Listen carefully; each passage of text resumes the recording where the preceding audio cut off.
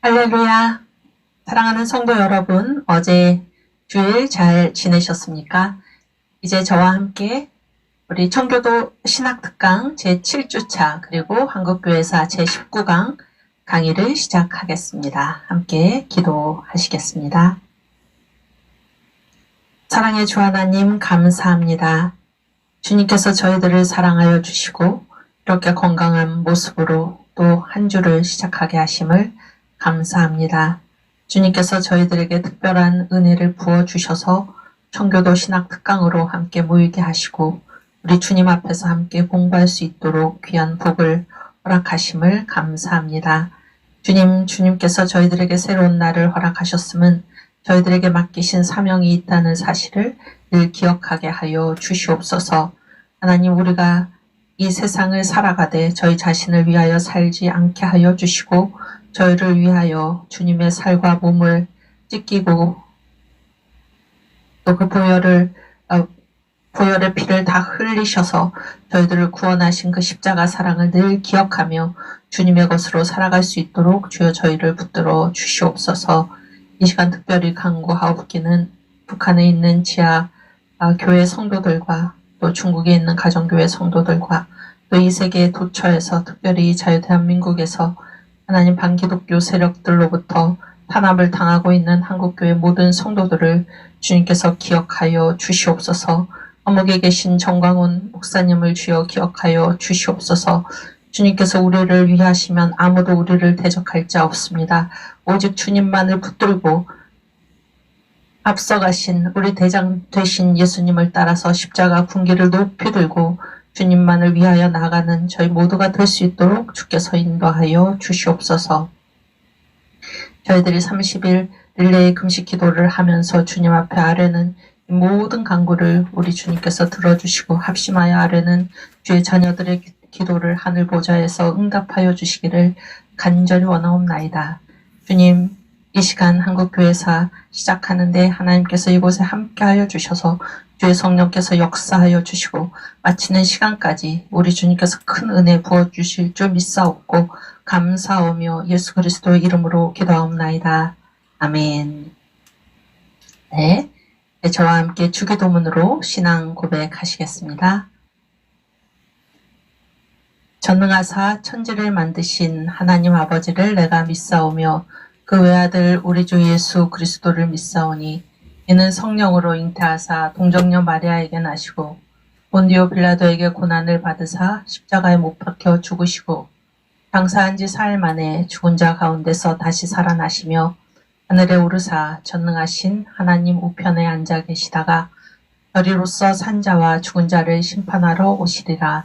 성령을 믿사오며 거룩한 공회와 성도가 서로 교통하는 것과 죄를 사하여 주시는 것과 몸이 다시 사는 것과 영원히 사는 것을 믿사옵나이다. 아멘.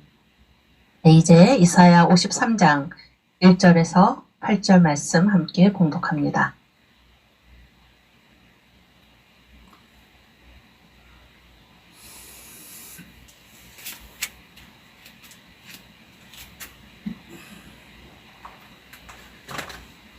이사야 53장 1절에서 8절 말씀 함께 봉독합니다. 우리의 전한 것을 누가 믿었느뇨? 여호와의 팔이 네게 나타났느뇨? 그는 주 앞에서 자라나기를 연한 순 같고 마른 땅에서 나온 줄기 같아서 고운 모양도 없고 풍채도 없은즉 우리의 보기에 흠모할 만한 아름다운 것이 없도다. 그는 멸시를 받아서 사람에게 실어 버림바 되었으며 광고를 많이 겪었으며 질고를 아는 자라. 마치 사람들에게 얼굴을 가리우고 보지 않음을 받는 자 같아서 멸시를 당하였고 우리도 그를 귀히 여기지 아니하였도다. 그는 실로 우리의 질고를 지고 우리의 슬픔을 당하였거늘 우리는 생각하기를 그는 징벌을 받아서 하나님에게 맞으며 고난을 당한다 하였노라. 그가 찔림은 우리의 허물 인함이요 그가 상함은 우리의 죄악을 인함이라. 그가 징계를 받음으로 우리가 평화를 누리고 그가 채찍에 맞음으로 우리가 나음을 입었도다. 우리는 다 양 같아서 그릇 행하여 각기 제 길로 갔거늘 여호와께서는 우리 무리의 죄악을 그에게 담당시키셨도다. 그가 곤욕을 당하여 괴로울 때에도 그 입을 열지 아니하였으며 마치 도수장으로 끌려가는 어린 양과 덜 깎는 자 앞에 잠잠한 양같이 그 입을 열지 아니하였도다. 그가 곤욕과 신문을 당하고 끌려갔으니 그 세대 중에 누가 생각하기를 그가 산 자의 땅에서 끊어짐은 마땅히 형벌받을 내 백성의 허물을 인함이라 하였으리요. 아멘. 예.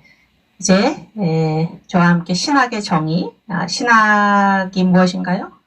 신학은 신학의 대상이 둘이죠. 하나님과 그가 지으신 피조의 세계를 어떤 관점으로? 성경적 관점으로 이해하는 학문입니다. 다시요. 신학은 하나님과 그의 피조의 세계를 성경적 관점으로 이해하는 학문입니다. 네, 이게 지금 청교도 신학 특강이기 때문에 우리가 무엇을 공부하는지를 아셔야 합니다. 아시겠죠? 하나님과 그의 피조의 세계를 성경적 관점으로 이해하는 학문입니다. 그래서 이제 성경적 관점이 뭔가 그런 얘기죠.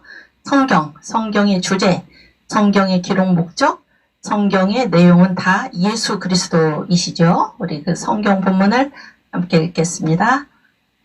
일단 성경의 주제 요한복음 5장 39절 말씀. 성경의 주제는 예수 그리스도이십니다. 요한복음 5장 39절.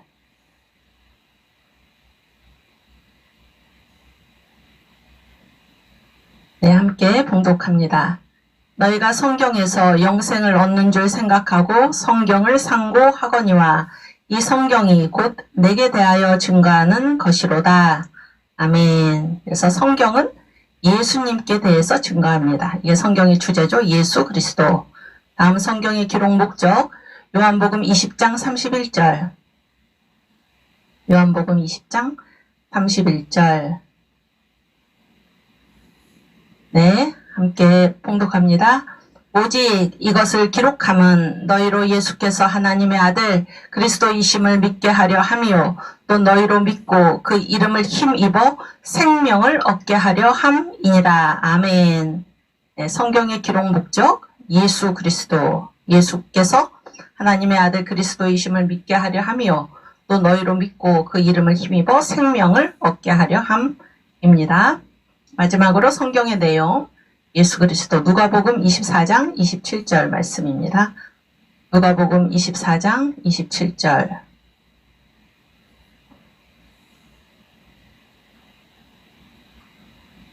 성경의 내용도 예수 그리스도이십니다. 누가복음 24장 27절.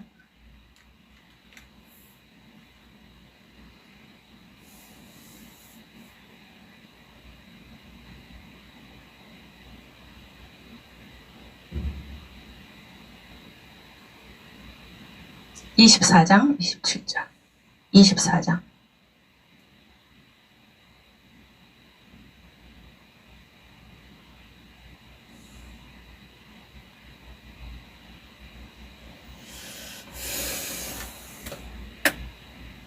네, 함께 봉독합니다. 이에 모세와 및 모든 선지자의 글로 시작하여 모든 성경에 쓴 바 자기에 관한 것을 자세히 설명하시니라. 아멘. 성경의 내용, 모든 성경에 쓴 바가 무엇입니까? 예수님께 관한 것입니다. 그래서 우리 신학은 하나님과 그의 피조의 세계를 성경적 관점으로 이해하는 학문인데 성경의 주제, 성경의 기록 목적, 성경의 내용은 모두 예수 그리스도이십니다. 네, 이 신학이 무엇인지를 분명히 알고 우리가 공부할 수 있기를 바랍니다. 네, 오늘 이제 한국교회사 제 19강 강의를 이제 시작하도록 하겠습니다. 우리가 먼 길을 달려왔죠. 오늘 7주째인데 되게 이제 이번 주에 이제 한국교회사 강의를 일단락 할 수 있지 않을까 그렇게 생각을 합니다. 그래서 이번 주에는 그 해방 이후의 한국교회에 대해서 다루겠습니다. 해방 이후의 한국교회 88번 한번 보여주시겠어요? 88번.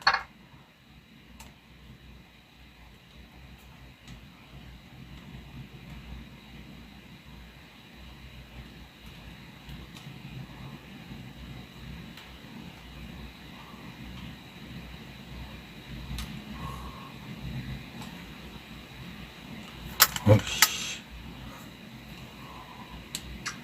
오늘은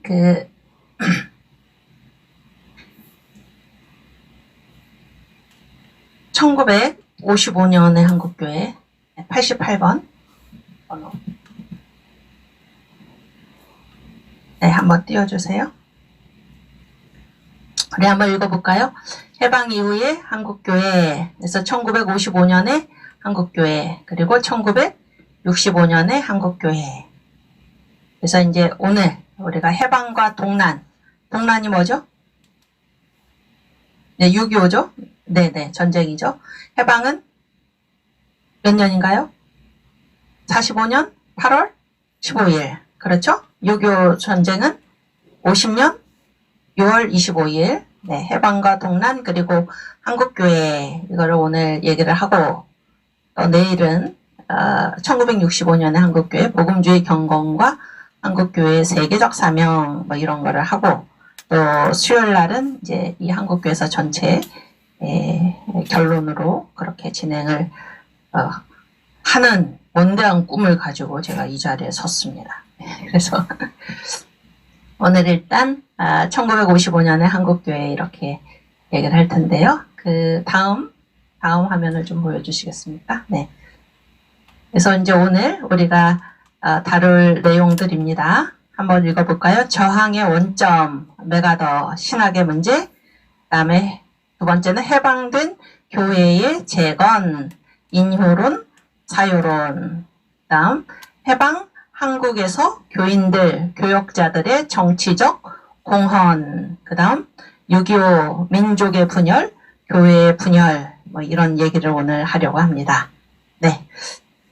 그래서 제가 오늘 아침에 이제 그 성경을 사사기를 요즘 읽고 있는데요. 성경을 읽다가 사사기 10장 16절에 이런 말씀이 있는데 이제 사사기 10장 16절 한번 보여주시겠어요? 삿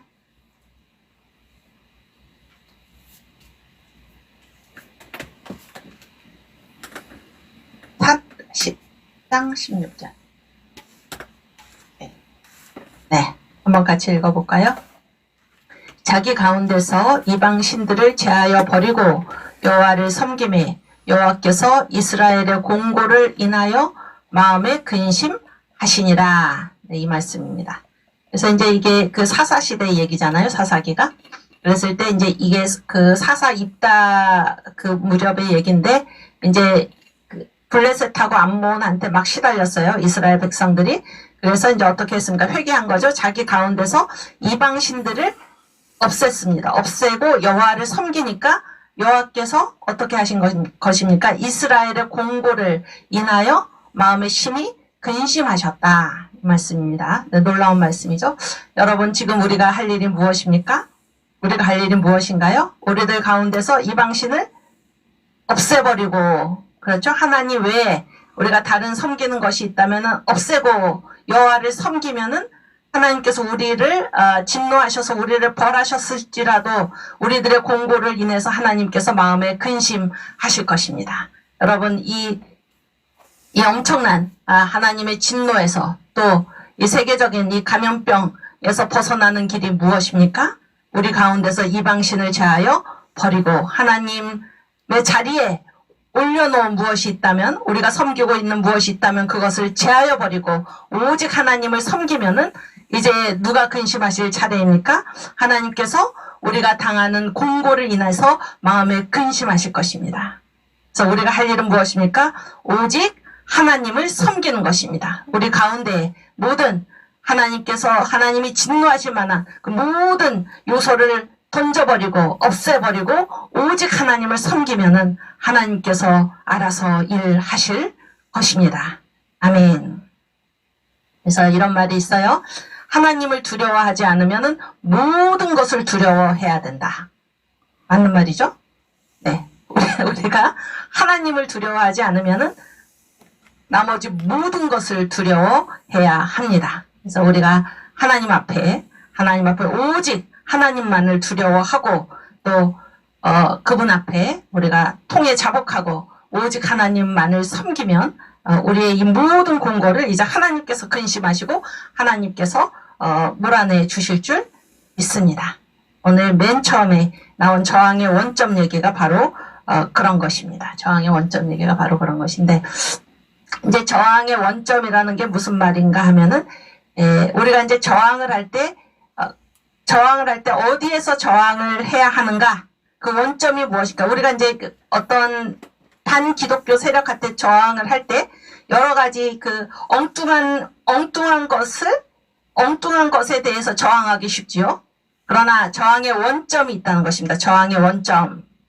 그래서 이제 일본 일제하에서 우리가 이제 우리나라를 침략한 그 일본은 무엇입니까? 군국주의 일본이었잖아요. 군국주의 일본이고, 그 메이지 유신 일본을 근대화한, 우리나라를 침략한 그 일본이 이제 메이지 유신의 일본인데, 그 메이지 헌법에 보면은 국채가 어떻게 되어 있습니까? 서양에는 기독교가 있는데 우리 일본에는 신도가 있다, 천황제가 있다. 그래서 천황제가 있다 그래가지고 이 천황을 누구의 위치에 갖다가 올려놓은 것입니까? 기독교의 하나님 위치에다가 천황을 올려놨잖아요. 그럼 이 천황제 자체가 무엇입니까? 반기독교죠. 반기독교. 그랬을 때 이 군국주의 일본 하에서 가장 이 일본, 우리나라를 침략한 일본에 저항하는 원점은 무엇입니까? 예수 믿는 것입니다. 예수 믿는 것. 그렇죠? 그런 거를 우리가 지금까지 쭉 보고 오지 않았습니까? 그래서 예수 믿은 사람만이 끝까지 일자에서 끝까지 민족의 편에 설 수 있었다. 그런 거를 우리가 보고 지나왔죠. 지금까지. 지금도 마찬가지입니다. 지금도 제가 오늘 아침에 안희환 목사님 예수 비전 선교교회 이제 거기에 이제 이렇게 교회를 이제 지금 또 거기에 환자가 발생을 해가지고 뭐 2주 동안 폐쇄를 했다. 폐쇄하고 나서 알게 된 사실, 그러면서 이제 그분이 이동욱 회장님께서 이제 뭐 이렇게 자료 보내주셔서 거기 보니까 이게 다 다르다는 것입니다. 그래서 의료기관 같은 경우는 소독하고 나서 몇 시간 후에 다시 쓸 수 있고 그 공간을, 그렇죠? 뭐 백화점 같은 데는 뭐 하루 뒤에 쓸 수가 있는데, 무슨 공공시설 같은데 다른 시설. 그런데 왜 교회는 2주나 폐쇄를 해야 되냐? 그거를 강제 폐쇄 당하고 난 다음에 잘게 되었다, 그런 말씀입니다. 또 사랑제일교회 같은 경우는 소독을 하고 나서 8개월인가요? 몇 개월이죠? 8주나 8주 후에 겨우 쓸 수 있었다. 이거는 분명한 차별 아닙니까? 이러고도 이것이 지금 반기독교 세력이 한국 교회를 핍박하지 않는다, 그렇게 말할 수 있습니까? 그렇죠? 그랬을 때 지금 이 시대의 저항의 원점이 무엇입니까? 지금 이 주사파 공산주의 세력의 그 사람들이 지금 한국 교회를 노골적으로 이렇게 차별하고 핍박하고 국민의 기본권인 신앙의 자유를 훼손하고, 이러한 때에 우리의 저항의 원점이 무엇입니까? 지금 누가 한국 교회를 공격하고 없애려고 하고 있습니까? 그렇죠? 우리의 저항의 원점이 무엇입니까? 신앙 지키는 것입니다. 신앙 지키는 것. 교회 예배를 지키고 신앙의 자유를 지키고, 이것이 합법이죠. 지금 이것이 합법입니다. 합법. 이게 저항의 원점입니다. 그래서 일제시대 때 이 군국주의 일본은 반기독교 세력입니다. 그 천황제가 바로 그런 거예요. 그랬을 때 누가 가장 일본에 저항하느냐? 신앙 지키는 예수 믿는 사람들. 지금 마찬가지입니다. 누가 지금 이 헌법적인 질서를 무너뜨리고 있습니까? 누가 지금 신앙의 자유를 무너뜨리고 있습니까? 이 자유 대한민국을 누가 무너뜨리고 있습니까? 반기독교 세력인 공산주의, 주사파, 이런 세력들이 지금 이 한국 교회를 핍박하고, 누가 보더라도 눈에 명약관하게 지금 핍박하고 있는 것입니다. 이럴 때 이 교회가, 우리가 1200만이나 되는 성도들이 가만히 있으면 되겠습니까? 하나님을 두려워하지 않으면 우리는 모든 것을 두려워하게 됩니다. 하나님을 두려워하는 신앙, 이 저항의 원점에 서시는 저와 여러분이 되기를 바랍니다. 네. 교회를 이끄시는 목사님들, 교단을 이끄시는 목사님들 마찬가지입니다. 하나님을 두려워하시지 않으면 모든 것을 두려워하게 될 것입니다. 저항의 원점에 설 수 있기를 바랍니다. 90번 보여주세요.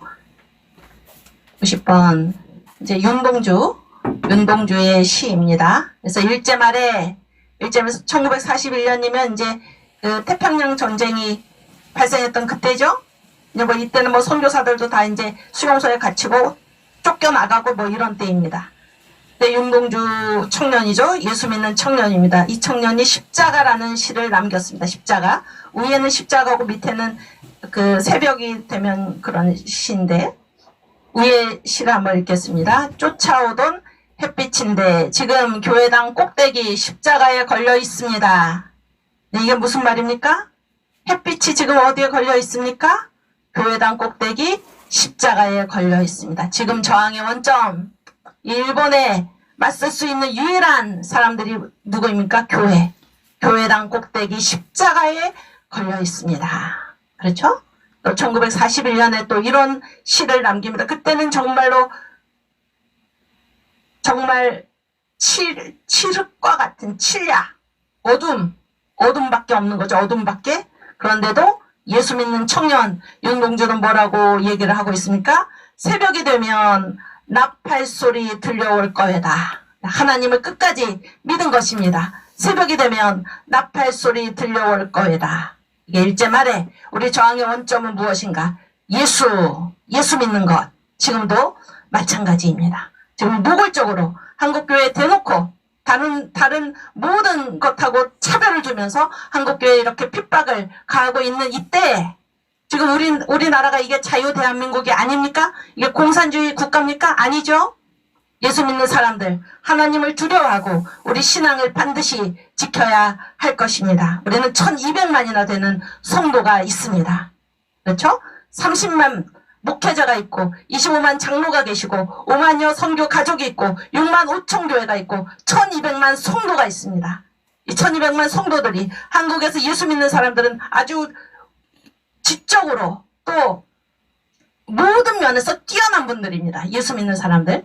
해방 이후에 똑똑한 사람들 다 어디로 간지 아십니까? 신학교 아니면 군대로 갔습니다. 신학교 아니면 군대로 갔습니다. 살아있는 사람들. 각 시대에 하나님을 믿는 사람들이 살아있는 사람들입니다. 지금 도처에 예수 믿는 사람들이 들어가 있습니다. 내가 하나님께서 나를 보내신 그곳에서 오직 하나님만을 두려워하며 내 모든 잘못된 것을 하나님 앞에 통해 자복하며 이 사사시대의 이스라엘 사람들처럼, 그리고 오직 하나님만을 섬기며 내가 어느 곳에 있든지 어떤 핍박에도 굴하지 않고 하나님의 이름을 인정하고 주의 영광을 드러내면 이제는 우리 하나님께서 우리들의 공고를 인하여 하나님께서 근심하실 것입니다. 이제 하나님께서 우리를 구원해 주실 것입니다. 저항의 원점은 바로 신앙입니다. 하나님을 두려워하는 것, 하나님을 경외하는 것, 하나님을 예배하는 것, 이거밖에는 없습니다. 네, 이 메가더를 제가 왜 써놨냐면은 거기 92번, 93번, 92번 보여주세요. 이제 그 메가더 장군이 이제 그 일본에 이제 갔죠. 이게 이제 일본을 또 무장 해제시켜야 되는 거 아닙니까? 그랬을 때 이제 일본인들이 막 이 메가더 장군을 환영을 한 것입니다. 그래서 9월 1일 날 일본에 이제 도착을 했는데 이 메가더 장군을 환영하는 일본인들에게 한 연설입니다. 함께 읽어보겠습니다. 온 세계가 당면하고 있는 문제는 경제 문제입니다. 경제 문제는 군사 문제입니다. 군사 문제는 정치 문제입니다. 정치 문제는 정치가의 양심 문제입니다. 양심 문제는 도덕 문제입니다. 도덕 문제는 종교 문제입니다. 종교 문제는 신학적 문제입니다. 그래서 영어로 the problem basically is theological. 문제는 기본적으로 뭐다? 신학적이다. 신학적이다. 온 세계가 당면하고 있는 문제. 온 세계가 당면하고 있는 문제. 맨 처음에 뭔가요? 경제 문제. 그렇죠? 지금 온 세계는 경제 문제 당면하고 있습니다. 그런데 이 경제 문제는 무슨 문제입니까? 군사 문제입니다. 군사 문제는 무슨 문제입니까? 정치 문제입니다. 정치 문제는 무슨 문제입니까? 정치가의 양심 문제입니다. 양심 문제는 무슨 문제입니까? 도덕 문제입니다. 그렇죠? 또 도덕 문제는 무슨 문제인가요? 종교 문제고, 종교 문제는 무슨 문제입니까? 신학적 문제입니다. 신학적 문제. 저항의 원점이 무엇입니까? 신학이라 그런 얘기예요. 신학. 지금 이 놀라운 신학을 우리가 배우고 있는 것입니다. 이게 지금 메가더 사령관이 일본에 가가지고 한 연설이죠. 그 다음 보여주세요. 그 다음 화면. 그래서 이제 이분이 1951년 4월 19일에 퇴역하면서 남긴 말씀입니다. 왼쪽에 있는 게 한번 읽어볼까요? 우리가 당면하고 있는 문제는 글로벌한 것입니다. 다 얽혀 있습니다. 그런 얘기죠? 다 얽혀 있습니다. 그랬을 때 지금 앞에서 50년에는 뭐라고 그랬습니까? 온 세계가 당면하고 있는 문제는 무슨 문제입니까? 경제 문제. 그래서 이거는 결국 무슨 문제입니까? 신학 문제죠? 근데 퇴역하면서 남긴 말씀이 무엇입니까? 우리가 당면하고 있는 문제는 글로벌한 것입니다. 그래서 앞에 온 세계가 당면하고 있는 문제랑 똑같은 문제잖아요? 근데 이 모든 문제가 다 얽혀 있는데, 그럼 이 두 말을 합쳐보면은, 여기 보세요. 두 말을 합쳐보면은, 지금 이 온 세계가 겪고 있는 문제는 다 얽혀 있는데, 어디에서 풀린다는 것입니까? 이거는 무엇으로밖에 풀 수 없다는 것입니까? 신학으로밖에는 풀 수가 없다는 것입니다. 이것이 저항의 원점입니다. 저항의 원점이에요. 이 메가더 장군은 어느 정도로 훌륭한 분입니까? 제가 말씀드릴게요. 어느 정도로 훌륭한 분이냐. 이분은 정강훈 목사님 설교에 등장할 정도로 훌륭한 분입니다. 정강훈 목사님께서 하나님은 누구를 쓰시나? 성경을 아는 사람을 쓰신다 그랬어요. 성경을 아는 사람. 성경 붙들고 사는 사람. 그래서 각 분야에 음악, 정치, 지금 이 메가더 사령관처럼 군인, 각 분야에 성경을 아는 사람을 들어 쓰신다 그랬는데 이 군인 출신으로서는 메가더 장군을 딱 예를 들고 계십니다. 정치가로서는 링컨, 또 우리나라의 이승만 대통령 이렇게 예를 드시는데, 그렇죠? 또 음악가로서는 무슨 바하라든지 모차르트라든지 성경을 아는 인물들은 하나님께서 그냥 두시지 않고 반드시 들어 쓰신다. 그랬을 때 이 군인계의 성경을 아는 분이 바로 메가더 장군입니다. 이분이 이런 말씀을 남긴 것입니다. 지금 온 세계 문제는 다 얽혀 있습니다. 다 얽혀 있습니다. 우리가 당면하고 있는 문제는 글로벌한 것입니다. 다 얽혀 있습니다. 그래서 온 세계가 당면하고 있는 문제가 경제 문제처럼 보이지만 그거는 군사 문제고, 군사 문제는 정치 문제고, 정치 문제는 양심 문제고, 양심 문제는 도덕 문제고, 도덕 문제는 종교 문제고, 종교 문제는 신학 문제입니다. 그래서 이 세계가 지금 겪고 있는 지금 글로벌 시대죠? 이 글로벌한 얽혀있는 모든 문제는 어디에서밖에 풀릴 수가 없습니까? 신앙에서밖에 풀릴 수 없다. 이것이 저항의 원점입니다. 지금 그런 거를 우리가 지금도 이 시대에 겪고 있죠? 지금 얼마나 예수 믿는다고 지금 핍박을 합니까? 그렇죠? 그랬을 때 그러한 때 우리가 어떻게 할 것인가? 우리는 주님 앞에 바로 서시길 바랍니다. 주님 앞에 오직 주님만을 두려워하고 오직 주님만을 섬기면은 하나님께서 이 모든 문제, 우리가 겪고 있는 이 모든 문제, 온 세계가 겪고 있는 이 모든 문제가 자동적으로 풀릴 줄 압니다. 신앙밖에는 없다 하는 사실을 기억하시길 바랍니다. 신앙은 무엇입니까?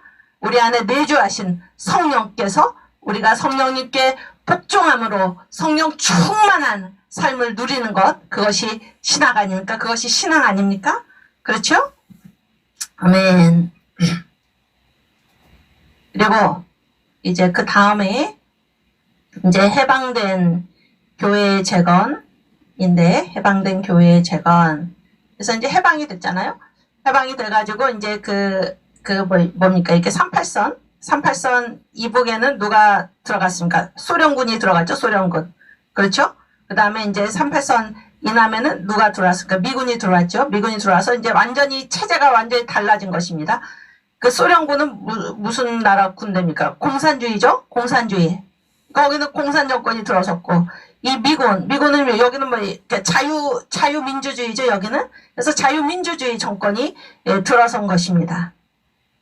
제가 그 지도를 찾아보려고 어제 열심히 제가 뒤졌는데 결국 이제 아직 못 찾았는데 그 자유필름이라고 있어요. 자유필름 김수열 대표님 거기 일파만파 거기에서 이제 청년들이 만든 그 영화가 있습니다. 영화가 몇 개가 있는데 제가 거기서 분명히 봤는데 못 찾았는데 그러니까 이제 우리나라가 이 자유 대한민국을 세울 때 그때 이제 세계 지도가 있었어요. 세계 지도. 빨간 거예요. 빨간 거예요. 여기 몇 군데 안 빼놓고 다 빨간 거예요. 거의 뭐 80% 90%가 빨간 것입니다. 그러니까 이 소련의 그 공산주의가 뭐 이거 몽골 그다음에 이 동유럽 이런 데를 다 지금 빨갛게 물들인 것이죠. 빨갛게 물들인 것입니다. 그래서 몇 군데 빼놓지 않고 다 빨간 공산주의 세력들로 가득 찬 거기에서 이 남한의 자유 대한민국이 세워졌다. 이것은 정말로 기적과 같은 일입니다. 기적과 같은 일이에요. 그 얘기를 일단은 우리가 생각을 해야 할 것입니다.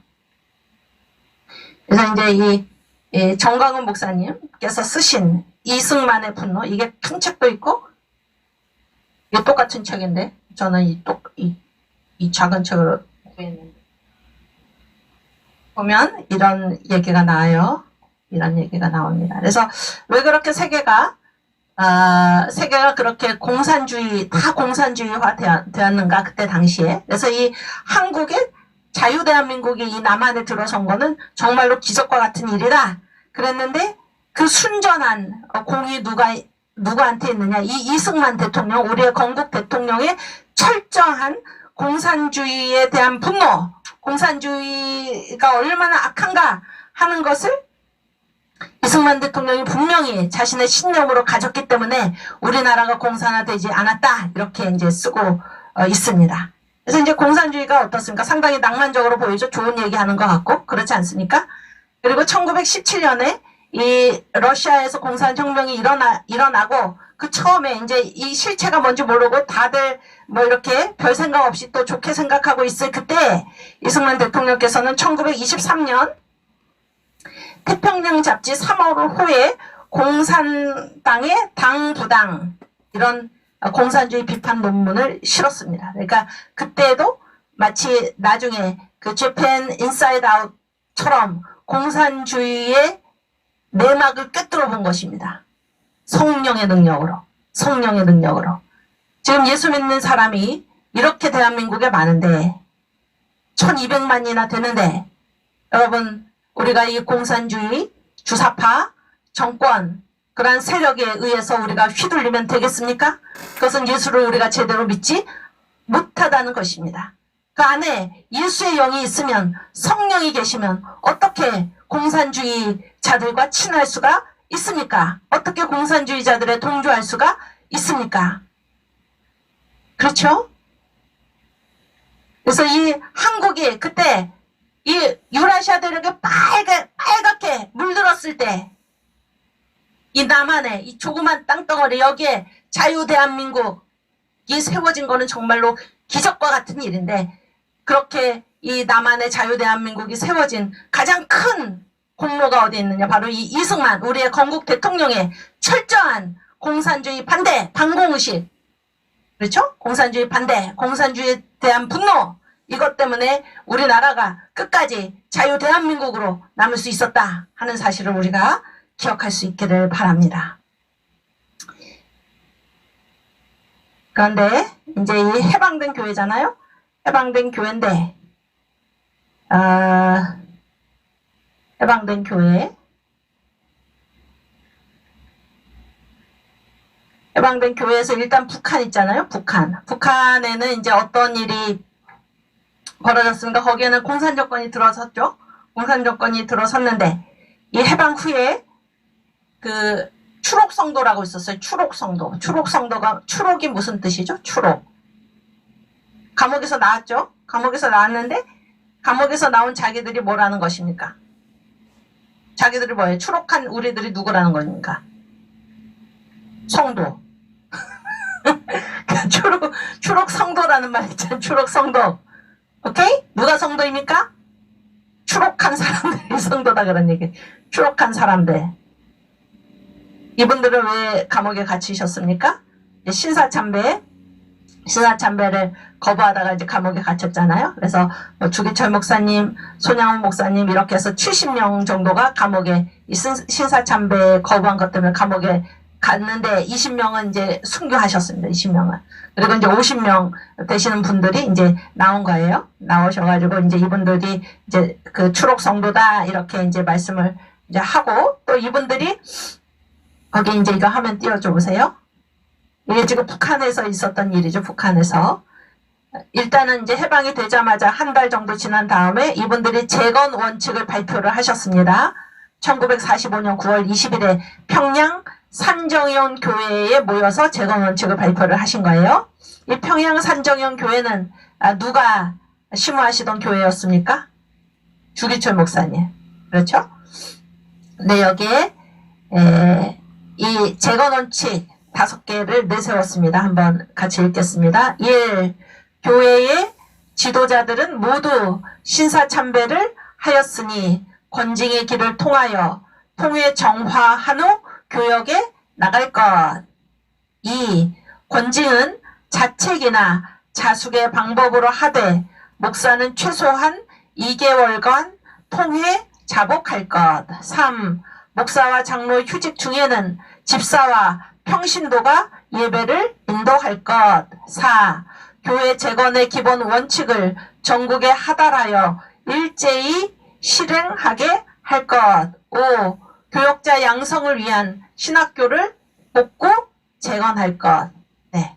이것이 이제 추록 성도들께서 이렇게 발표하신 재건 원칙입니다. 재건 원칙이에요. 그래서 이제 어떻게 했습니까? 이제 전 한국의 교회들이, 그렇죠? 교회들이 다 이 재건 원칙에 따라서 통회 정화하고, 그렇죠? 목사는 최소한 2개월간 통회 자복하고, 그렇죠? 그래서 이런 일을 다 한 것입니다. 이런 일을 다 했는데 지금 문제가 뭔가 하면은, 이제, 누군들 회개 안 하겠습니까? 그렇죠? 누군들 회개 안 하겠습니다. 그때. 그런데, 이제 일제하의 이 신사참배 문제, 이거를 가지고 이제 우리가 주님 앞에서 해야 되는 마땅한 우리의 자세가 무엇입니까?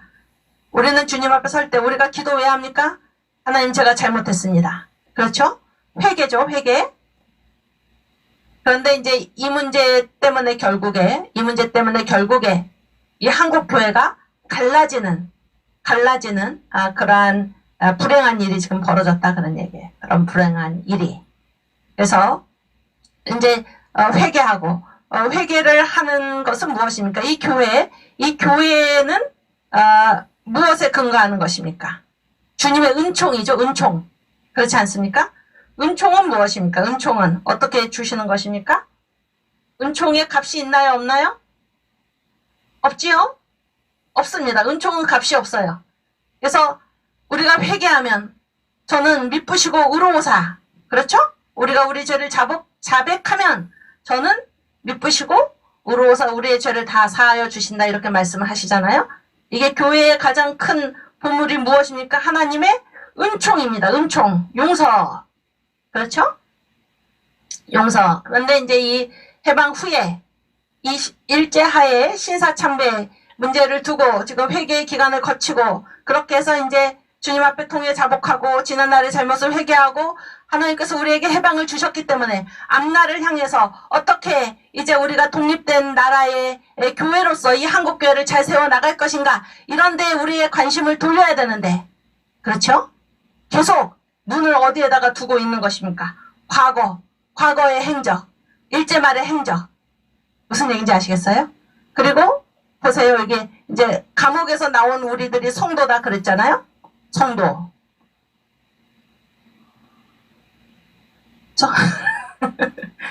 이 성도의 성도됨의 근거는 무엇입니까? 이게 자기의 의입니까? 하나님의 의입니까? 자기가 의로운 게 성도인가요? 아니면은 우리는 불의하나 하나님께서 의로우셔서 우리를 성도라고 불러주신 것입니까? 하나님의 의죠. 이게 은총 아닙니까? 은총의 반대가 무엇입니까? 공로죠. 자기 공로. 자기의. 자기의가 은총이 아닙니다. 그렇죠? 하나님 앞에서 우리는 다 누구입니까? 죄인이죠. 우리는 다 죄인입니다. 그럼에도 불구하고 하나님께서 우리를 뭐라고 부르십니까? 너희가 의롭다. 누구의 공로 때문에? 예수의 공로 때문에. 그렇죠? 너희가 의롭다. 너희가 성도다. 누구의 공로 때문에? 예수의 공로 때문에. 그런데 이 해방 이후에 한국교회는 이 교회에서 가장 중요한 이 은총의 신학을 망각하는 그런 경향이 있었다 그런 얘기예요. 그래서 이것 때문에 서로 분열하고 여러분 교회가 하나가 돼가지고 앞을 향해서 나아가야지 과거의 일 때문에 계속 그거를 가지고 어딘지 모르게 자기 의를 주장하면서 그렇지 못한 사람들을 향해서 그거를 기준으로 해서 서로 분열한다고 하면 이게 하나님께서 기뻐하실 일이겠습니까? 그렇죠? 그래서 교회사에 보면은 인효론과 사효론이 있어요. 인효론과 사효론이라는 게 있는데 인효론은 그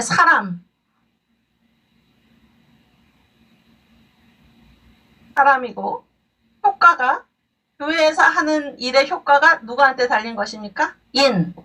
사람한테 달린 거예요. 사효론의 사자는 일사자입니다. 일사자.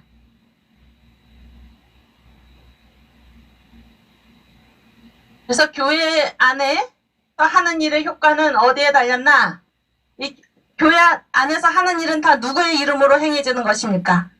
사람의 이름으로 되는 게 아니고 삼위일체 하나님의 이름으로 되잖아요?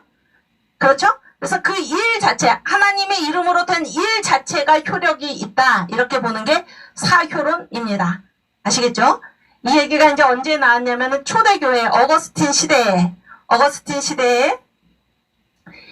도나투스파라고 하죠. 도나투스는 이제 장로입니다. 장로. 도나투스하고 이제 어거스틴 사이의 논쟁이죠. 어거스틴. 그랬을 때, 그때 이제 이렇게 초대교회 때 보면 이렇게 박해가 굉장히 심했습니다. 박해가 디오클레티안. 발음이 잘 안 돼서. 어쨌든 어마어마 박해가 있어가지고, 박해가 심하니까 그때 이제 이 배교의 표시가 뭔가 하면은 그 성경책 있잖아요. 성경책을 이렇게 내주는 거예요. 아시겠죠? 그런데, 이제 박해가 심할 때 배교한 주교가 있었어요. 배교한 주교가 있었는데, 그 이후에 이제 그 교회를 박해하지 않는 온건한 황제가 이제 들어섰을 때 이 사람이 다시 돌아왔습니다. 교회로. 돌아왔어요. 배교했다가 돌아왔습니다. 그런데 이제 그 교회의 신임 사제, 세실리안. 영어식 표현인데, 세실리안이라는 신임 사제가 이제 안수를 받게 됐어요. 그런데 이 배교했다가 돌아온 주교가 이 세실리안한테 안수를 한 거예요. 제 얘기가 무슨 얘기인지 아시겠죠? 여기까지 다 따라오셨죠? 그러니까 박해 때 기독교를 배교했다가 다시 돌아와서 교회로 다시 돌아왔는데 이 주교가 신임 사제 세실리안의 세실리안한테 안수를 한 겁니다. 그랬을 때 이제 이 여기 아프리카 지역이었는데 아프리카의 교회들, 그러니까 도나투스 장로인데 이 도나투스를 중심으로 한 이 사람들이 뭐라고 주장을 했냐면은 이 신임 사제 세실리안이 받은 안수는 무효다 그랬어요. 아시겠어요? 왜 무효입니까? 누구한테 안수 받았기 때문에? 배교했다가 돌아온 주교가 안수했기 때문에 무효다 이렇게 주장을 한 것입니다. 아시겠죠? 그러면은 이 안수의 효과, 교회에서 하는 일 중에 지금 하나가 안수이잖아요? 이 교회에서 하는 일의 효과가 누구한테 달렸다고 보는 것입니까? 이거를 무효라고 하는 사람들은 사람한테 달렸다고 본 것입니까? 아니면 하나님의 이름으로 된 의식에 달렸다고 본 것입니까? 무효다라고 주장한 사람은 배교한 주교가 했기 때문에 이 안수는 효과가 없다. 그런 얘기잖아요? 그러면 교회에서 하는 일의 효과가 누구한테 달렸다는 얘기입니까? 인효론입니까? 사효론입니까? 인효론이죠. 인효론. 이 사람이 지금 배교한 사람한테 안수를 받았기 때문에 이 안수는 무효다 이렇게 주장을 한 거예요. 아시겠죠? 그러면은 교회에서 하는 일의 효과는 다 누구한테 달려 있습니까? 이 사람들의 주장에 의하면 사람한테. 그러나 어거스틴은 뭐라고 얘기를 했냐면 아니다. 이 안수는 유효하다. 그러니까 교회에서 행해지는 일의 효력은 그 일을 하는 사람한테 결코 달려있지 않고, 그렇죠?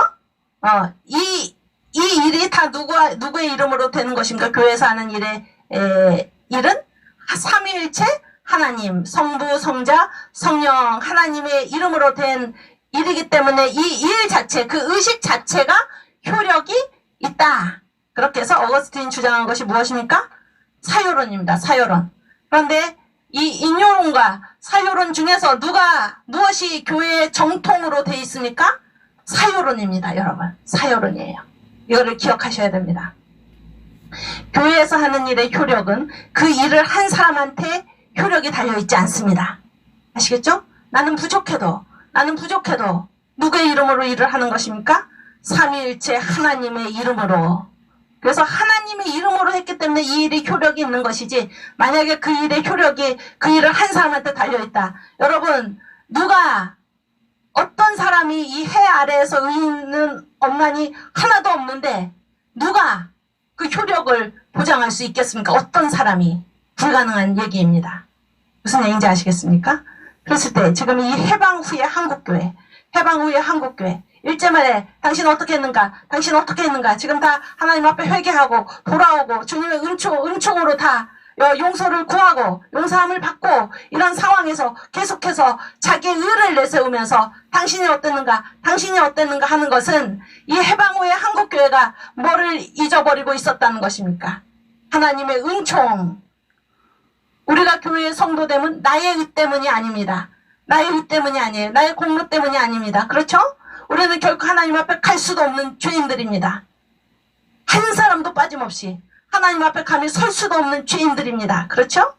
그러나 우리가 누구 때문에 주님 앞에 서게 되어 있습니까? 누구 때문에 원수되었던 하나님과 하나가 될 수 있습니까? 오직 우리 구주 예수 그리스도의 속죄의 죽음으로 인해서, 그 속죄의 은총으로 인해서 우리가 주님 앞에 서게 되는 것입니다.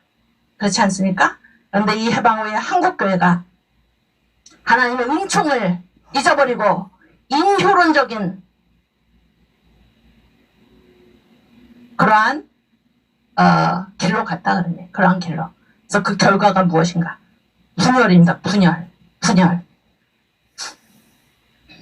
가슴 아픈 거는 이때 하나님이 지금 해방을 주셨잖아요. 예전에 제가 말씀을 드렸죠. 1840년부터 1890년까지 미국의 제조업이 몇 배 성장했다고 그랬습니까? 7배 이상 성장하면서 미국이 지금과 같은 미국의 힘, 국력, 국격, 이 모든 것을 갖추게 된 때가 바로 이때라고 말씀드렸죠. 이때 사람들이 한 일이 무엇입니까? 주님이시다 하는 것입니다. 주님이시다. 하나님을 인정한 것이죠. 그래서 세 가지 일을 했다고 말씀드렸죠. 첫 번째, 부흥회로 모이는 것이 무엇입니까? 하나님을 예배하는 것이죠. 두 번째, 뭐 했습니까? 찬송가를 짓고 하나님 은혜 감사합니다. 찬송가를 짓고. 세 번째 무엇입니까? 선교사를 파송했다 그랬죠? 선교사 파송. 이런 엄청난 복을 받았을 때 이 미국인들, 이때 이 미국인들은 무슨 신앙의 자유를 찾아서 미국으로 건너온 그런 경건한 사람들이 아닙니다. 이거는 이민 2세대들입니다. 이 사람들은 돈을 찾아서 미국으로 온 사람들입니다. 이 사람들이 그 신앙의 문제는 둘째치고 돈 벌러 미국에 온 사람들이 미국이 이렇게 막강하게 잘 살게 되었을 때, 이 거대한 축복을 받았을 때 이들이 인정한 것이 무엇입니까? 주님이시다. 하나님이 우리에게 이런 복을 주셨구나. 이런 것을 깨달은 것입니다. 그래서 하나님이 주신 복을 어디에 사용했습니까? 자기들의 무엇에 사용한 것이 아닙니다. 부흥회로 모이고 예배드리고 찬송가 짓고 선교사 파송하고. 그렇죠? 이 좋은 일이 있을 때, 이 해방이라는 거는 우리가 무슨 우리의 노력으로 해방이 됐습니까? 아닙니다. 하나님께서 주신 것입니다. 하나님께서 주신 것이에요. 그렇지 않습니까? 그랬을 때 한국교회가 어떻게 해야 됩니까? 주님께서 우리에게 해방이라는 어마어마한 복을 주셨을 때 우리가 어떻게 해야 됩니까? 어떻게 해야 되나? 하나님을 찬양하고 그렇죠? 예배드리고 또 선교사 파송하고 이런 일을 해야 되지 않겠습니까? 하나님께서 주신 복을 하나님을 섬기는 일에 바쳐야 하지 않겠습니까? 그런데 한국 교회가 이때 일제 말의 행적의 그 문제로 인해서 인율은 내 물결에 휩싸여가지고 하나님의 은총을 저버리고 하나님께 찬양을 올리기는커녕 교회가 찢기는 이런 일을 하고 있었다 그런 얘기예요. 기가 막힌 얘기 아닙니까? 지금 우리 이 자유 대한민국이 왜 이런 이 반기독교 세력에 의해서 또 사회 전체로부터 왜 이렇게 지탄을 그런 대상이 왜 되어 있습니까? 주님께서 우리 한국교회에 복을 주셨을 때 우리가 과연 할 일을 제대로 했는가 생각할 수 있기를 바랍니다. 번영의 신학에 빠져서 이 교회는 예언자적 종교입니다. 하나님께서 말씀을 맡기셨고 이 맡김 우리가 맡은 말씀 반드시 어떻게 하도록 되어 있습니까? 세상에 전하도록 되어 있는 것입니다. 이것이 교회의 본질적인 사명입니다. 이 사명을 감당하지 않고 자기 안주에 빠져가지고 이 교회 자체에 빠져서 우리가 있었다면은 우리가 이 죄를 회개하고 하나님보다 다른 무엇을 교회의 성장을 그렇죠? 또 내 자녀를 저 새 예루살렘보다 하나님이 관심하시는 저 새 예루살렘보다 이 세상에서의 삶에 안주하고 그것을 우리의 목표로 삼았다면 우리는 반드시 회개해야 할 것입니다. 주님께서 우리에게 주신 복을 우리가 어디다가 사용했는지를 지금 깨닫기를 바랍니다. 우리 교회가 회개하고 통에 자복하고 나와야 할 것입니다. 주님께서 이제라도 주님께서 주신 복을 주님을 위해서 쓸 수 있기를 바랍니다. 영혼 구원하고 새 예루살렘을 향하여 주님께서 가장 기뻐하시는 일, 주님께서 우리를 이 세상에 보내신 그 목적, 하나님을 예배하고 많은 영혼들을 주님 앞으로 인도하고 이 일이 우리를 주님께서 이 세상에 보내신 목적 아닙니까? 그렇죠? 네. 우리 속에 내주하시는 성령께 순종해서 주님을 기쁘시게 하는 저와 여러분이 되시기를 주님의 이름으로 축원합니다.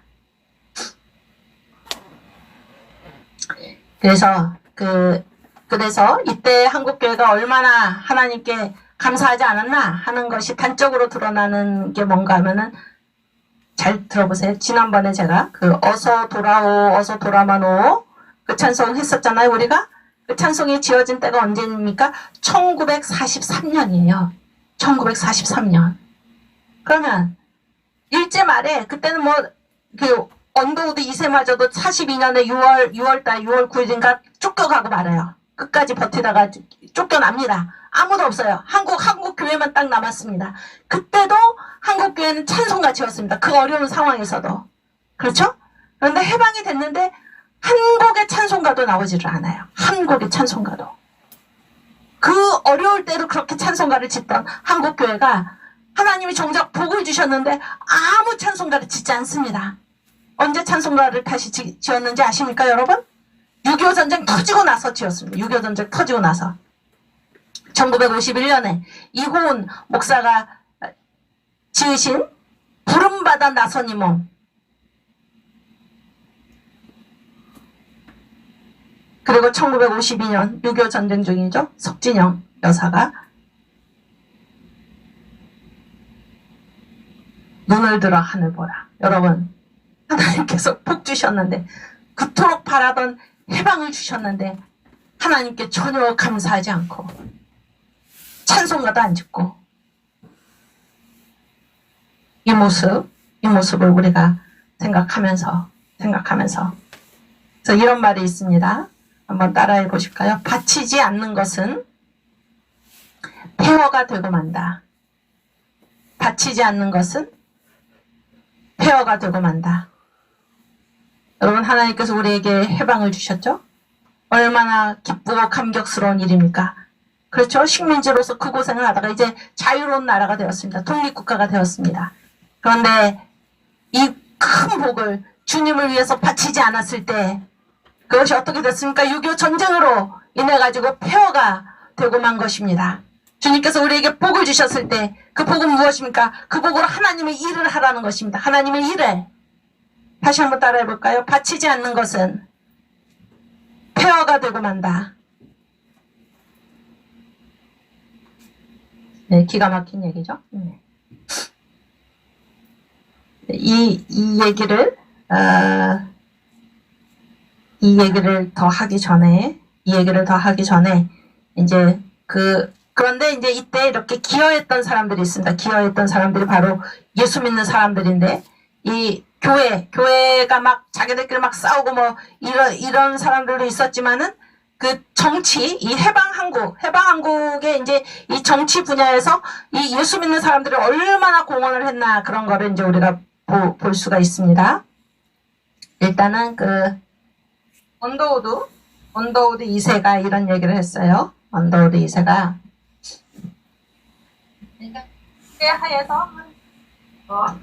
일제하에서 한국 교인들이 얼마나 훈련을 잘 받았나, 그런 얘기예요. 이게 이제 이 책 고난을 이겨낸 비전의 나라 한국은, 제가 지난번에 잠깐 말씀을 드렸지만은, 이 언더우드 2세가 미국에 갔다가 자기 부인이 언더우드 부인이 공산당 간첩한테 자기 집에서, 자택에서 총격으로 사망을 한 거예요. 그래서 그런 기가 막힌 일을 이제 겪어가지고, 그렇죠? 이 사람 용서해줘라 그러면서 이제 미국으로 가셨어요. 미국으로 이제 심장병, 그것 때문에 심장병을 얻으신 거예요. 그래서 심장병을 고치러 미국으로 갔다가 한국에서 6.25 전쟁이 터졌다, 이 소식을 듣자마자 한국으로 옵니다. 한국으로 와요. 온갖 만류를 다 뿌리치고 옵니다. 이런 분들이 우리나라에 오신 선교사들입니다. 네? 그런데 이제 지금 미국에서 지금 한국에 전쟁이 일어났다 그랬을 때 엄청나게 많은 미국 사람들이 이 한국이 어떤 나라인가, 그래서 한국을 어떻게 도울 수 있는가, 이러한 붐이 막 일어나고 있었습니다. 그랬을 때 어떤 출판사에서 이 언더우드 2세한테 당신만큼 한국을 우리에게 잘 알려줄 수 있는 사람이 없다. 그래서 이제 원고를 부탁을 한 것입니다. 그래서 이분이 언더우드 2세가 그 한국으로 오는 비행기 안에서 이걸 쓴 거, 이 책을 다 쓴 것입니다. 그만큼 이분의 머릿속에는 한국에서 계속해서 일본한테 내쫓길 때까지 한국에서 연희전문학교 교장으로서, 교수로서, 선교사로서 살아가셨기 때문에 누구보다도 한국을 잘 알고 있는 사람이에요. 어떤 참고 서적도 없는 그 비행기 안에서 이 책을 다 쓰신 것입니다. 네? 네, 거기에 이런 말이 나와요. 얼마 전에 한 유명한 비기독교 교육자가 한국의 양심을 교육한 것은 바로 기독교이다. 아시겠죠? 다시, 한국의 양심을 교육한 것은 바로 기독교이다 라고 누가 얘기했냐면 예수 안 믿는 교육자가 얘기를 했다는 얘기예요. 그래서 이 기독교 교회들 일제하에죠. 일제하에 임에도 불구하고 이 기독교 교회들은 민주주의 원칙에 따라서 운영됐다. 그렇죠? 그러니까 일제하에서 민주주의를 연습할 수 있는 그런 곳이 어디였습니까? 교회밖에 없었다, 그런 얘기예요. 교회밖에 없었다. 이게 해방이 되고 나서 이 식민지 조선에서 누가 그런 정치 경험을 했겠습니까? 없지요? 그런데 교인들이 있었다, 그런 얘기예요. 이 교인들은 어떤 분들인가? 기독교 교회들은 민주주의 원칙에 따라 운영되었다. 이 식민지 일제 하에서도 교회에서는, 지방 교회들은 여러 가지 문제들에 대하여 토론하고 투표한 후에 대표들을 지역 회의나 장로회에 보냈고, 노회죠? 그렇죠? 지방 교회들이 이제 지역회의나 장로회에 보냈고, 노회에 보냈고, 거기에서 차례로 이제 어디로 보냅니까? 총회. 그렇죠? 총회에 대표들을 보냈다.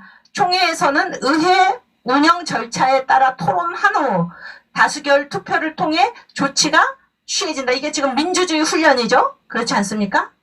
그래서 교회에 속해 있는 몇십만 명의 한국인들과 교회 밖에 많은 한국 조직들이 다수결의 원칙 등과 같은 많은 민주주의적 과정을 배웠다. 그러니까 우리가 나라가 빼앗기고 없었어도 이 교회에서는 민주시민, 최고의 민주시민 그 지도력을 배출한 곳이 교회다, 이렇게 선교사들이 얘기하지 않았습니까? 지금 똑같은 얘기입니다.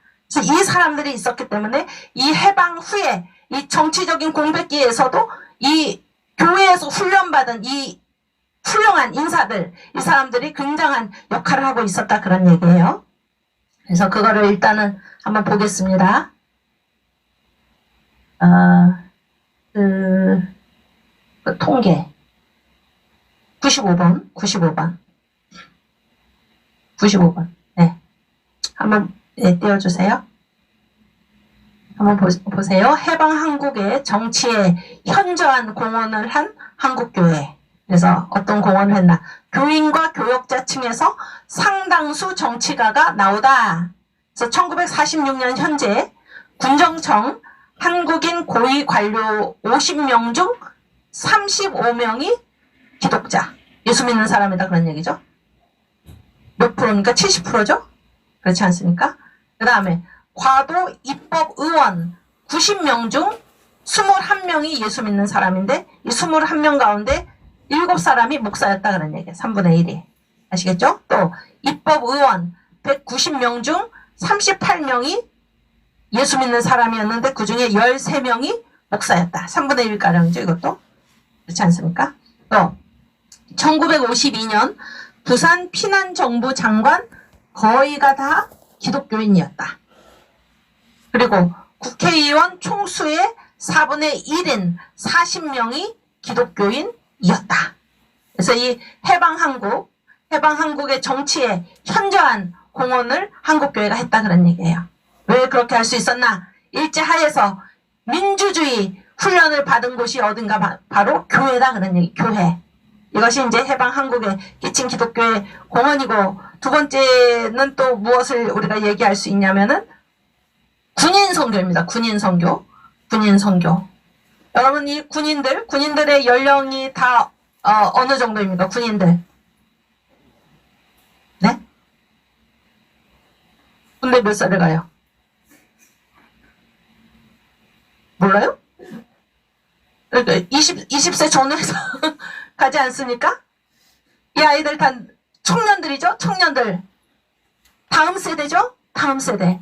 그래서 이 해방 한국교회의 또 거대한 공헌이 어디 있냐면 바로 이 군인선교입니다. 군인선교. 저를 보여주세요. 군인선교. 아시겠죠? 그래서 이제 더구나 이 분단의 상황에서 이제 군인들이 지금 이 나라를 지키는 건 아닙니까? 근데 이들을 어떻게 한 것입니까? 기독교 신앙으로 이들을 하나님 앞으로 이 영혼들을, 이 군인들을 되돌린 것입니다. 이게 한국교회의 엄청난 공헌이죠. 그래서 이제 국군에 대한 선교에 착수를 했습니다. 한국교회가. 그래서 군목제도를 확립하게 했어요. 그래서 이 군목제도가 언제 이 국군을 전도하는 이 일이 군목사업으로 이제 정착이 된 때가 언젠가 하면은 1950년 12월 21일 6.25 사변, 6.25 전쟁이 언제 발발했습니까? 1950년 6월이죠? 6월 25일. 그러니까 6개월도 채 못 돼서 1950년 12월 21일에 이승만 대통령령으로 군목제도 창설을 하라. 이렇게 명령을 내린 것입니다. 아시겠죠? 그래서 이 군인선교, 국군에 대한 선교, 이것이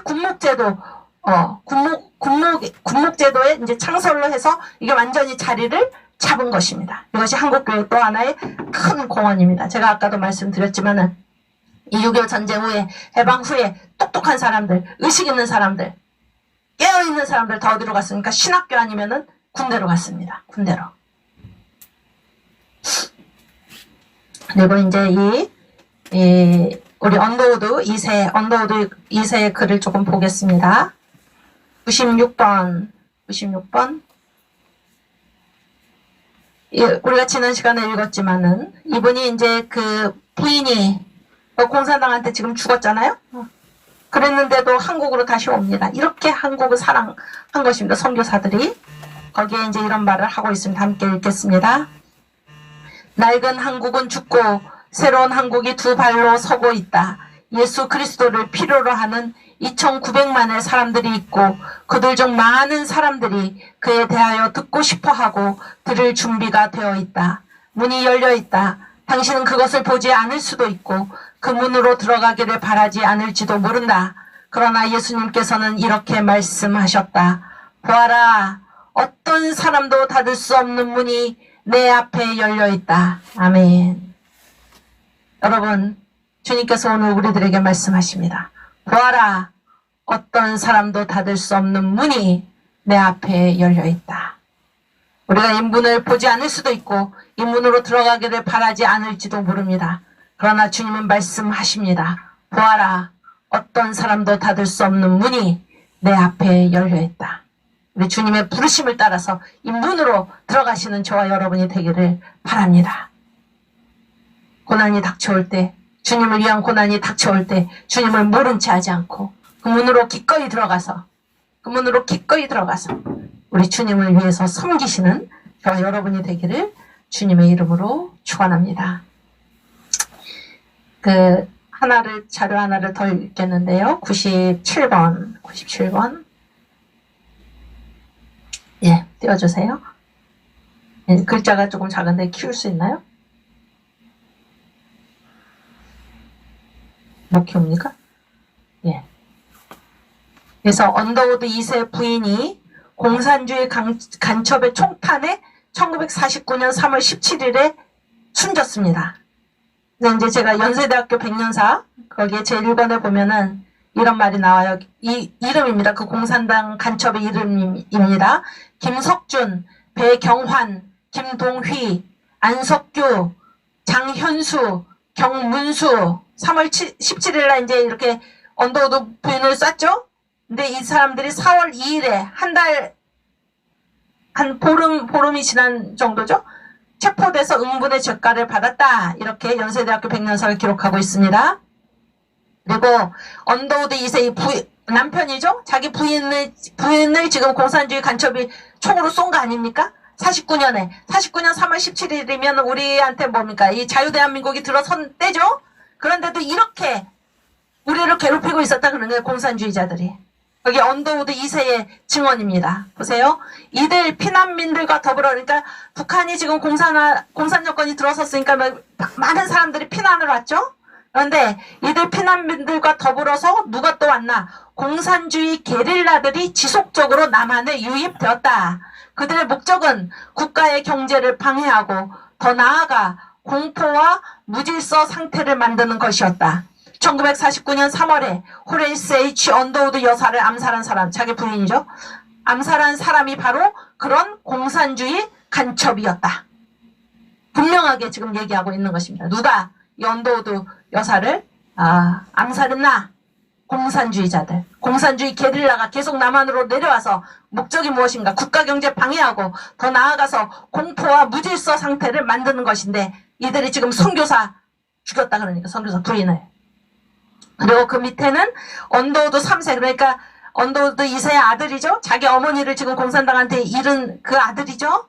이분이 쓴 책이 한국 전쟁 혁명 그리고 평화라는 책을 썼는데 거기에 이런 말을 쓰고 있습니다. 제가 읽어드릴게요. 아버님께서는 공산주의 간첩들이 어머님을 살해함으로써, 잘 들어보세요, 한국인의 반미 감정, 특히 미국 선교사에 대한 증오심을 국제사회에 알리려는 고의적인 행동이었다고 확신을 하셨다. 그러니까 이 공산주의 간첩들이 왜 이 선교사를 죽였습니까? 한국인들이 지금 반미 감정, 미국 선교사들에 대해서 증오하고 있다. 이런 거를 국제사회에 알리기 위해서 고의적으로 그렇게 했다는 것입니다. 기가 막힌 일 아닙니까, 여러분? 이게 그 해방천국 우리나라의 상황, 이 나라가 세워졌지만 그렇게 지금도 이 남노당의 찌꺼기들이 남아가지고 이 사회를 이렇게 뒤흔들고 있는데 그때 아버님께서는 이승만 대통령 앞으로 최대한의 관용을 베풀 것을 진정하셨다. 그러나 진정서에 대한 공식적인 반응은 없었다. 살인범들이 모두 한국 전쟁 전에 처형된 것은 아니다. 잘 들어보세요. 그 중에서 한 명이, 이 살인범도 아까 그 명단 다 얘기했죠? 살인범 중에 한 명이 1970년대에 휴전위원회에 북한 측 위원회 한 사람으로 나왔었다는 말을 들었다. 여러분,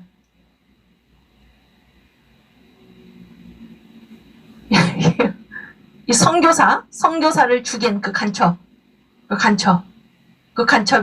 1970년대 휴전위원회 위원 북한 측 대표 중 한 명으로 나왔다 그런 얘기예요.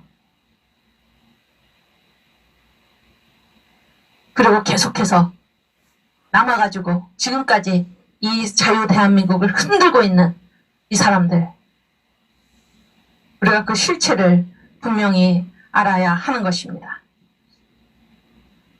98번. 여러분, 그 6.25에 참전한 미군 피해인데, 이제 제가 그 자유필름, 그 제목이, 영화 제목이 뭔가 하면 미국이 한국에 준 선물인데 거기에 나오는 내용입니다. 여러분께서 이제 한번 이거를 찾아서 보시기 바라요. 유튜브에서. 아주 좋은 그 영화인데, 미군 얘기입니다. 미군. 참전 연인원 178만 9천 명의 미군이 참전을 해서 6.25에. 놀랍지 않습니까? 178만 9천 명. 근데 전사 33,600명이 죽었어요. 미군이 이 땅에 와서 부상 92,134명 부상당했습니다. 실종 3,737명. 여러분, 이 미국을 지금 누가 이 한미동맹을 깨려고 하고 있습니까? 누가 이 미국을 제국주의 앞잡이라고 지금 욕하고 있습니까? 예? 그리고 이때 그 유엔군 사령관이 누군가 하면 벤플리트 장군이죠. 벤플리트 장군인데 이분의 아들이 공군 조종사였어요. 공군 조종사였는데 그 공군 조종사가 실종이 된 것입니다. 유엔군 사령관의 아들이. 이 나라를 지켜준 사람들입니다. 이 나라를 지켜준 사람들. 그렇지 않습니까? 또 그때 미국의 고위관리, 장군 등의 자녀가 몇 명 죽었는지 아십니까? 고위관리, 미국 고위관리, 장군 등의 자녀 140여 명이 이 6.25 전쟁에 와가지고 죽었습니다. 우리나라 이 고위관리들, 장군들, 정치가들, 그 자녀들. 예전에 어떤 대통령 그런 말을 했죠. 군대에서 썩는다고? 어떻게 그런 말을 할 수가 있습니까? 어떻게 그런 말을 할 수가 있습니까? 여러분, 우리가 어떤 정신으로 우리 아이들을 키워야 하겠습니까? 이 청년들을 어떻게 키워야 하겠습니까? 군선교, 국군선교. 제가 이제 저희 노예, 제가 속해 있는 노예에 갔다가 2-3년 전에 그 군대 그 휴대폰 나눠줬죠? 휴대폰. 이분은 군선교하는 목사님이십니다. 제가 노예 가서 만났어요. 군선교하는 목사님이신데 그런 얘기를 했습니다. 다음부터 아이들이 교회 안 온다는 것입니다. 이 휴대폰 하느라고. 누가 지금 이 아이들을 체계적으로 무너뜨리고 있습니까? 한국교회 정신 차려야 됩니다. 한국교회 정신 차려야 됩니다. 어제 손원배 목사님이 말씀하셨듯이 가정에서 하나님께 예배드리고 예배하는 공동체 반드시 회복해야 하는 것입니다. 하나님께서 세우신 공동체가 무엇입니까? 가정이지 않습니까? 교회이지 않습니까? 반드시 회복해야 되는 것입니다. 이 자유 대한민국 누가 세우셨습니까? 우리의 노력으로 독립해 왔습니까? 아닙니다. 하나님께서 주신 선물입니다. 하나님께서 세우신 이 자유 대한민국 우리가 반드시 신앙으로 지켜야 하는 것입니다. 98번 보여주세요. 98번.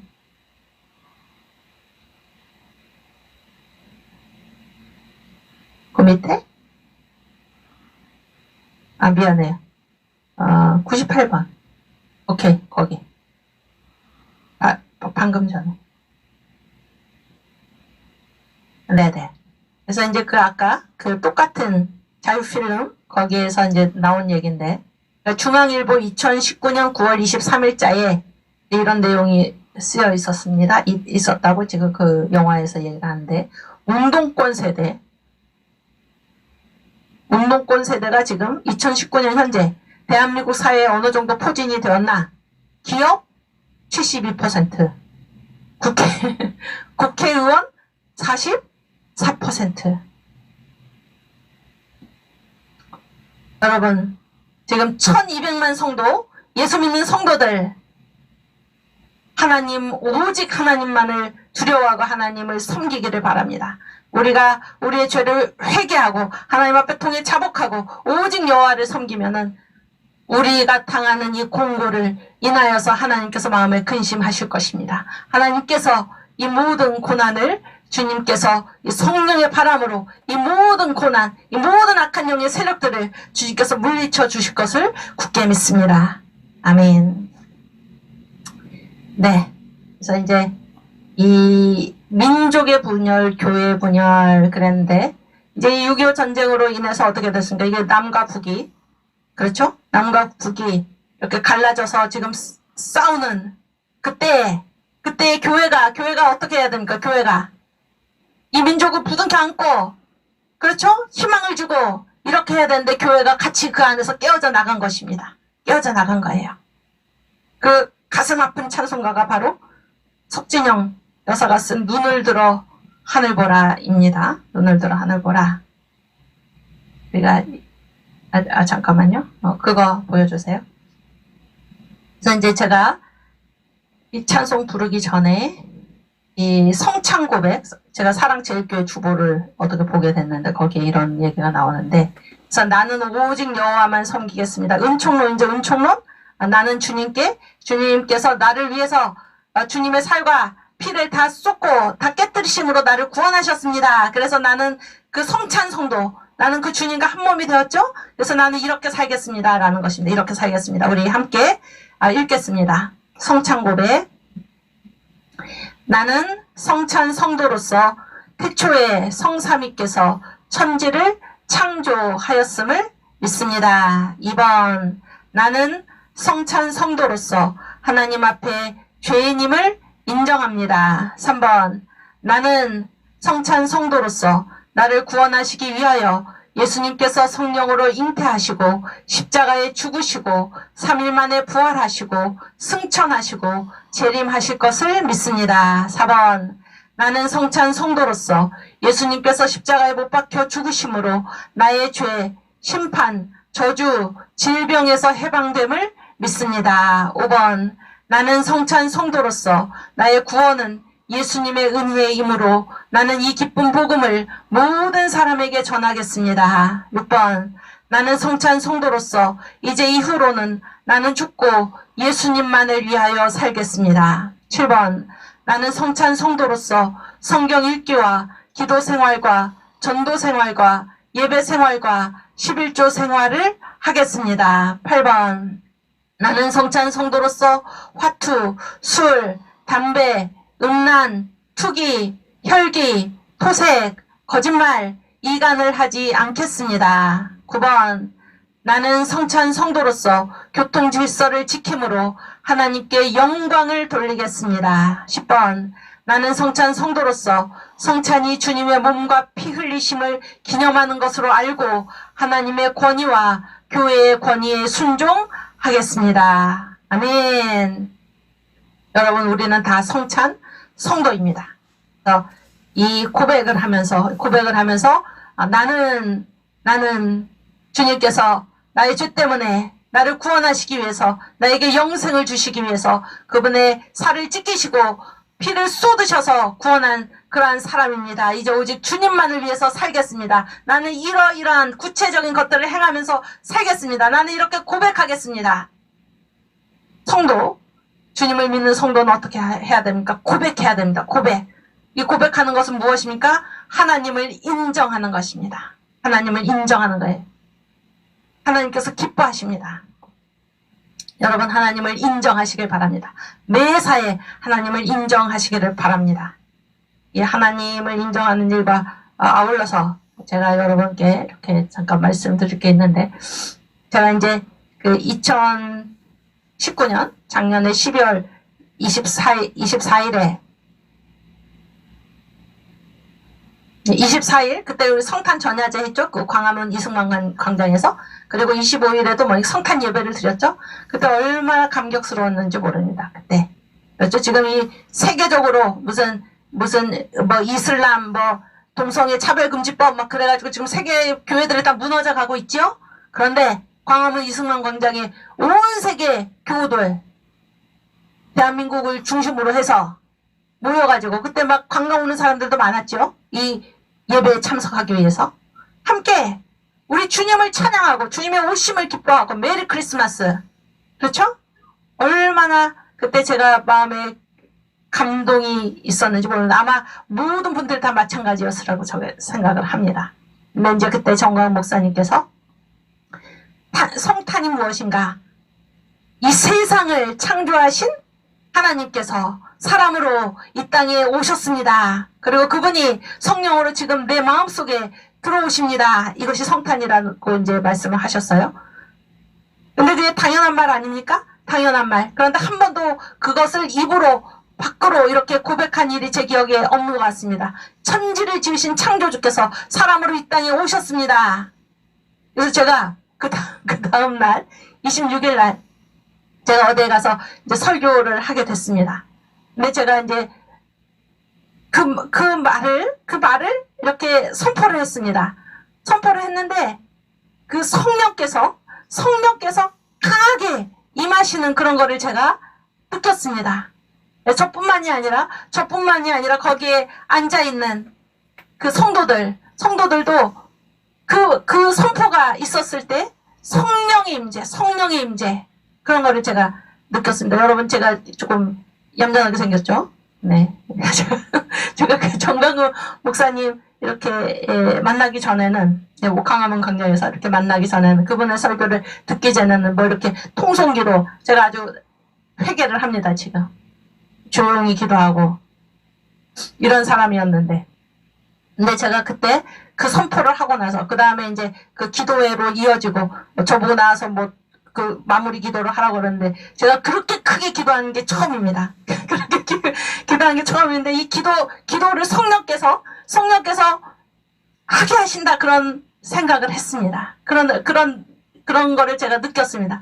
그뿐만이 아니라 거기에 있는 그 예배에 참석했던 그 기도회에 참석했던 모든 성도들이 성령의 임재 그런 거를 제가 이제 생각하게 되었습니다. 제가 지금 무슨 말씀을 드리는 것입니까?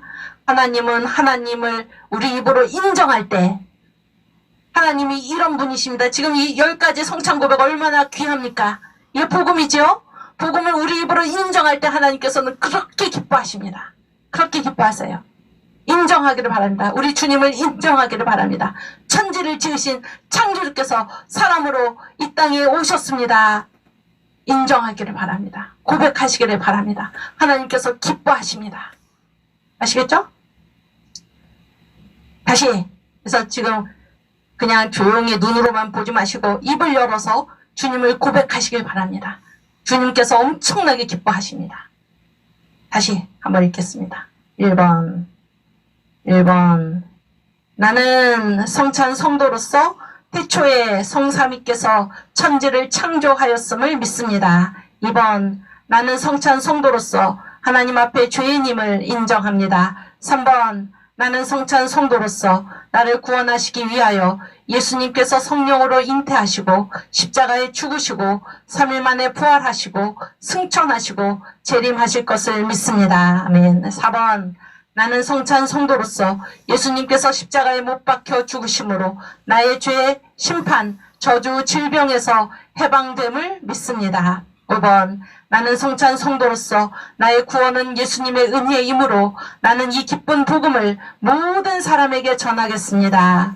6번 나는 성찬 성도로서 이제 이후로는 나는 죽고 예수님만을 위하여 살겠습니다. 7번 나는 성찬 성도로서 성경 읽기와 기도 생활과 전도 생활과 예배 생활과 11조 생활을 하겠습니다. 8번 나는 성찬 성도로서 화투, 술, 담배, 음란, 투기, 혈기, 토색, 거짓말, 이간을 하지 않겠습니다.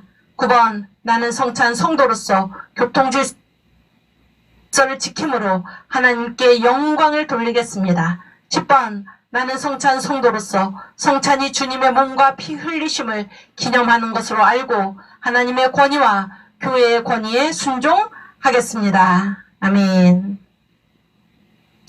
그래서 그 여운형 아시죠? 여운형.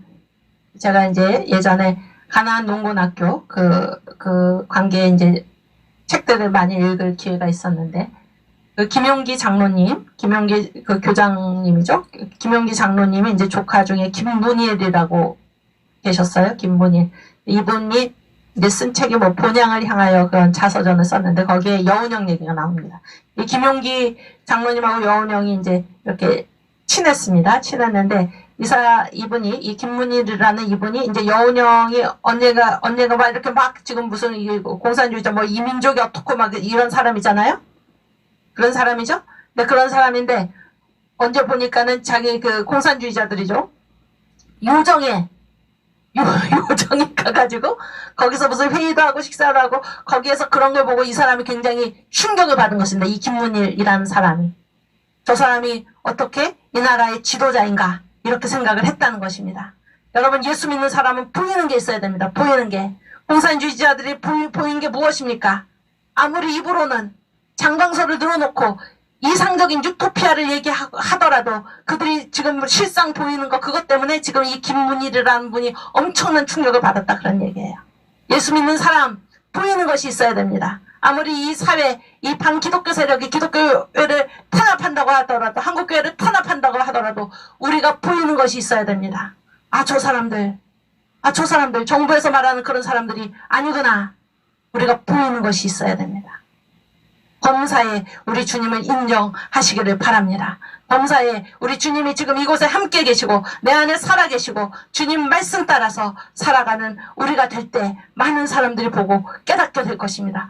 그렇지 않구나. 이 교회밖에는 희망이 없구나. 저항의 원점 바로 예수 믿는 것이구나. 깨닫게 되고 주님 앞으로 돌아올 것입니다. 눈을 들어 하늘 보라. 일단은 부르고 마치겠습니다.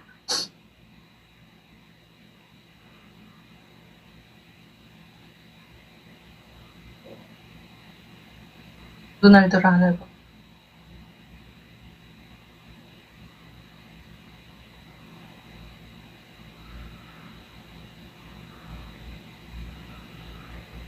눈을 들어 하늘 보라.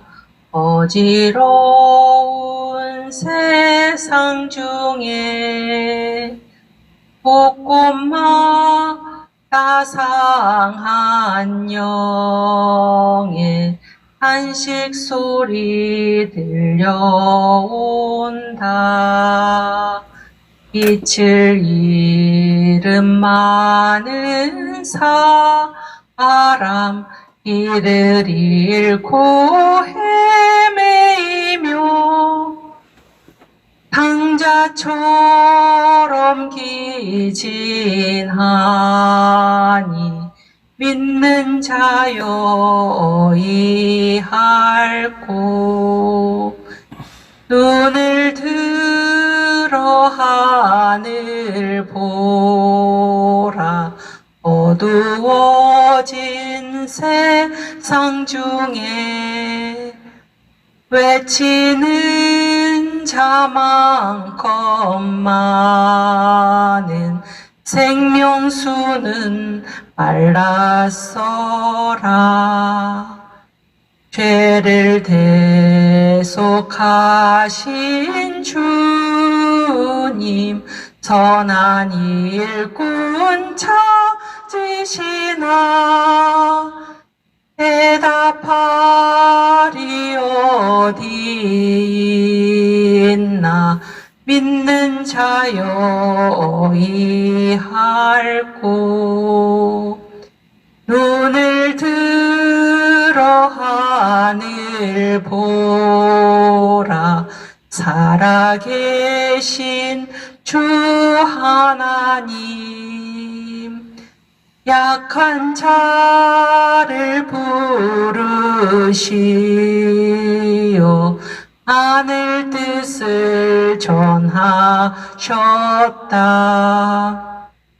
생명수는 홀로 예수 처음이요 나중이라. 주님 너를 부르신다. 믿는 자여 이할고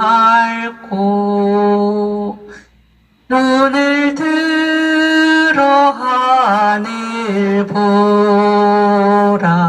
다시 사신 그리스도 만 백성을 사랑하사 오래 참고 기다리셔